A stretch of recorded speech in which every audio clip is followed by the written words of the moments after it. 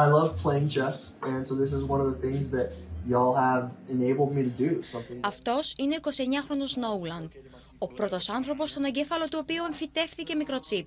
Και όχι, δεν πρόκειται για σενάριο επιστημονικής φαντασίας, αλλά για την πραγματικότητα. Στην τρυφερή ηλικία των 20, η μοίρα του έπαιξε άσχημο παιχνίδι. I'm a complete quadriplegic, so I'm paralyzed from below the shoulders. 8 years ago, I was in kind of a freak diving accident. Φανερά ενθουσιασμένος εξηγεί πως μετακινεί τον κέρσορα για να παίξει σκάκι σε ηλεκτρονικό υπολογιστή μόνο με τη δύναμη του μυαλού του.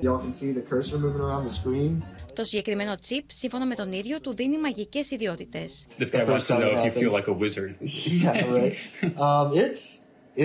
It's crazy. It really is. It's so cool.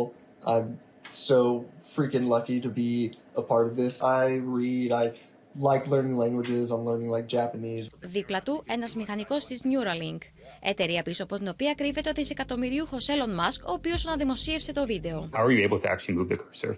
We basically went from what we call kind of differentiating like imagined movement versus attempted movement. So I would attempt to move, say, my right hand, left, right, forward, back to move.